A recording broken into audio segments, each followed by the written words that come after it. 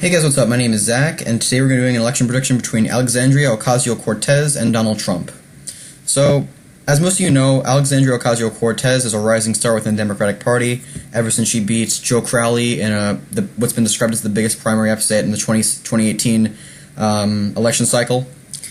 She's a self-proclaimed Democratic socialist, and she's been campaigning around the country with Bernie Sanders. Many people see her as a controversial figure for that Democratic socialist reason. But love her or hate her, she's been getting a lot of media coverage, and she's become very well known across the country in a very short period of time. And that's one big advantage that she's going to have is name recognition, especially when campaigning against Donald Trump. So let's get right into it. As you'll see, there's a lot of states that are going to be different compared to other typical elections. That 2nd district in Nebraska wouldn't be safe either. Neither would Georgia or North Carolina. And let me just fill in the typical states before I start talking about others. That 1st district in Maine would be safe in our column as well. Some states that would as well be safe in our column that are normally safe for Democrats are New Mexico, Virginia, and Minnesota. And the reasoning for New Mexico is because of her Hispanic appeal, which would be a very big factor for her in this race. For that reason, New Mexico would be solid blue.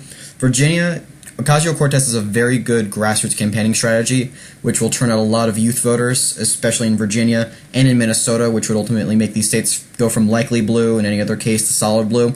Hope that sounds logic. If you guys have any questions about it, please feel free to leave them down below.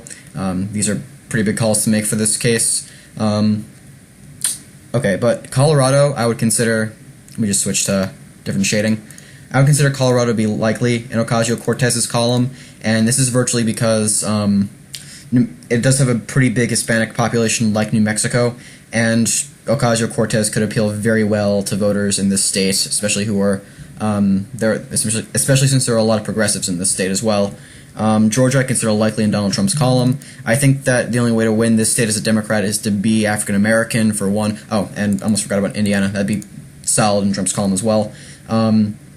The only way to win in Georgia, in this election cycle at least, on a presidential stage, is to be, one, African-American, and to have fairly moderate views. I don't think a progressive can win in Georgia, mostly because Republicans, if they see someone like Ocasio-Cortez or Bernie Sanders, can very easily paint them as far left or even communist, which Fox News has been doing pretty often. And that's not me stating my own opinion on the matter. I wouldn't state... I try to avoid stating my own opinions and election predictions as much as possible and sticking to the facts, and it's a fact that Fox News has portrayed Ocasio-Cortez as a communist, same with Bernie Sanders, and that's a very easy campaigning strategy that Donald Trump can take if he's campaigning against Bernie Sanders or Ocasio-Cortez, and that'd be the case in Georgia as well. New Hampshire I consider likely in Ocasio-Cortez's column, and this is because, one, regionalism is a big factor. She is from the Northeast. Well, not really. She's from New York, but that's still the Northeast overall. And she could appeal to the Democratic base in the state and drive them out. That's really the main strategy for winning in New Hampshire overall for the Democrats. You just need to keep your Democratic base turned out, and I think that Ocasio-Cortez would be able to accomplish that. Maine's 2 at-large electoral votes I would consider likely in Ocasio-Cortez's column, virtually for the same reason as Maine. As New Hampshire, she can appeal strongly to the Democratic base here, and progressive voters as well will turn out, making the state, those 2 electoral votes likely in her column. Nevada, I'd also consider likely in Ocasio-Cortez's column, and this is mostly because of the Hispanic appeal that she has, and Donald Trump's already low approval rating in the state would make this state go likely in Ocasio-Cortez's column.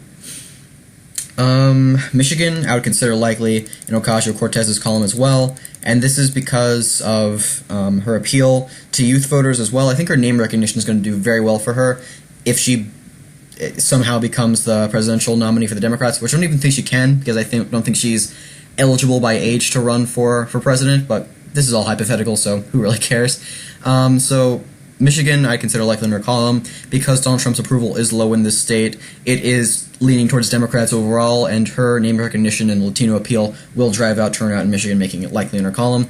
Texas, I would consider likely in Trump's column, and this is because I know that she's Latino, or Latina, rather, and that could be a big factor for her in a state like Texas where there's a lot of Hispanic Democrats. but I don't see that name recognition going far enough and that Hispanic appeal going far enough to make this state anything more than a likely in Donald Trump's column.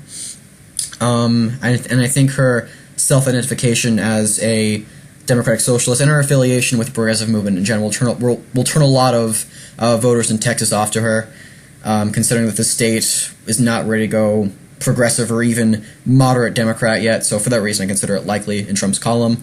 Pennsylvania, I consider this state likely in Ocasio-Cortez's column, making her 2 electoral votes away from the presidency before we even got into close states. And this is because of, one, regionalism, and the fact that Trump's approval in this state is pretty low. I think it's gone down even lower than the approval that I've usually used when making election predictions. And this state has a pretty strong Democratic identity overall, which will turn out pretty strong for Ocasio-Cortez, I don't doubt that. And then on top of that, she'll also get a pretty decent amount of Bernie Sanders, leftists, and progressives on her side, which will make this state go likely in her column. Nebraska's second, I consider a lean in Donald Trump's column, and this is because in order to win this area, I think you have to have good grassroots appeal, and Ocasio-Cortez could accomplish that, but I don't think that she is able to appeal to Midwestern voters as well as Bernie Sanders can, so for that reason, I would consider that second district to be a lean in Trump's column. Arizona, this is a tricky state to call, but I consider it a lean in Trump's column, and this is for the same reason that I would call Texas in Trump's column, even though Ocasio-Cortez is Hispanic. In order to win Arizona, you have to be one Latino or Latina, which she already is, but you also have to be fairly moderate. You have to have a pretty fairly moderate record, because I don't think progressives can win in a statewide races in Arizona just yet. And Ocasio-Cortez is very progressive and has pretty strongly put out that she's Democratic Socialist, and that is one thing that Trump can use against her. And that will... I think the deciding factor in Arizona is really where the moderate Republicans are going to go, because if you run a Democratic candidate that's able to appeal well to moderate Republicans who maybe don't have a very favorable approval of Trump, you have a pretty good shot at winning Arizona as a Democrat. However, if you turn off those moderate Republicans in the state, as a Democrat, the state is probably going to go Republican, which I think is the case for Ocasio-Cortez. Since she will not be able to pull over those moderate Republicans to her side, I'd consider this state a lean in Trump's column. As for Maine's second, I'd also consider that a lean in Trump's column, just because of how solid it is overall in Trump's column, and the fact that, like I've said throughout this video, the Republican Party and Trump can use her Democratic Socialist identity against her, which could turn off a lot of voters that could go to her side in Maine's second. North Carolina, I'd consider a lean in Trump's column as well, and this is for the same reason I've been saying throughout the video. Moderate Republicans would not go to Ocasio-Cortez and would begrudgingly go to Trump. I don't think that many moderate Republicans throughout the United States have a very favorable a view of Trump, but I think that if the Democrats run a candidate who cannot appeal to their views, they will go to Trump just because there's an R next to his name, essentially, rather than a Democratic Socialist like Ocasio-Cortez. Moderate Republicans would pick Trump between the two, I'd say. Going over to Wisconsin, I consider that a lean in Ocasio-Cortez's column, making her the hypothetical next president of the United States in this hypothetical 2020 election scenario. And this ultimately comes down to her ability to turn out Democratic voters, and she would definitely keep the Democratic base that already exists in the state and then top it with progressive voters as well. The only thing that I think would go against her in this state is moderate Republicans voting for Trump out of spite that they see her as a communist or a Democratic Socialist, which the Republicans could very easily paint the picture of, even though it doesn't really have much of a basis, and I would not say it's accurate to display Ocasio-Cortez or Bernie Sanders as a communist just because it's just factually incorrect.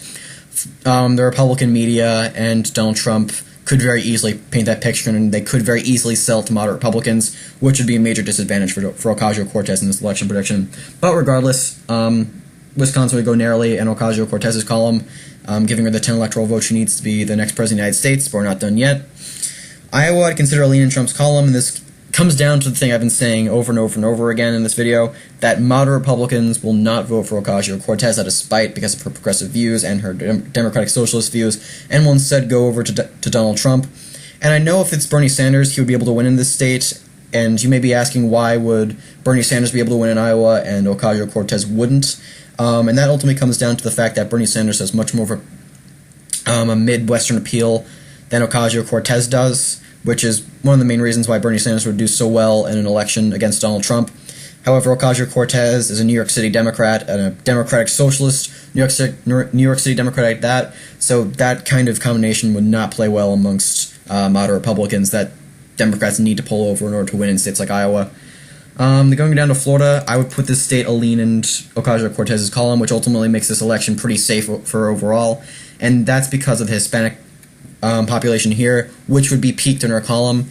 That's really the main reason why I consider the state in Ocasio-Cortez's column, is because of that Hispanic community in Florida, which would ultimately hand her the victory in the state overall, along with progressives that she can turn out as well, which would be able to face off pretty well against Trump's base in the state and whatever moderate Republicans still stick with him. And then going over to Ohio, I consider the state leaning in Trump's column, ultimately because this state is made up of moderate Democrats and moderate Republicans and Trump-based Republicans, the Trump-based Republicans would obviously go to Trump as well, and the moderate Republicans would, by a majority, go to Trump as well, which Republicans need in order to win in the state overall, and that combination would hand Trump the victory. Ocasio-Cortez will have the Democratic base that she needs to turn out in this state, and maybe a handful of progressives as well, which would make this state pretty close. But ultimately, what would be her downfall in a state like Ohio is the lack of appeal to moderate Republicans. So this is my election prediction. Overall, she does have a chance at losing. Donald Trump could take can take states like Wisconsin and Florida, and if he takes both those states, he would be the next president by a very narrow margin. But still, Ocasio-Cortez's main flaw is her lack of appeal to moderate Republicans, as I've repeated throughout this entire video. If she was able to tone down her Democratic Socialist views maybe just a bit, she could flip states like Arizona, she could flip states like Ohio or Iowa, which would hand her the victory, but I don't think she'd be able to do that. So for that reason, this is what the map would look like. Hope you guys enjoyed the video. This is a prediction I want to do for a long time. She's a pretty big name in politics, and I imagine she's someone that you guys wanted to see in a video for a while. If you guys like the video, please like and subscribe and share with your friends. It's the only way for small channels like mine to continue to grow. And I hope you guys enjoyed the video. Have a good day. Bye.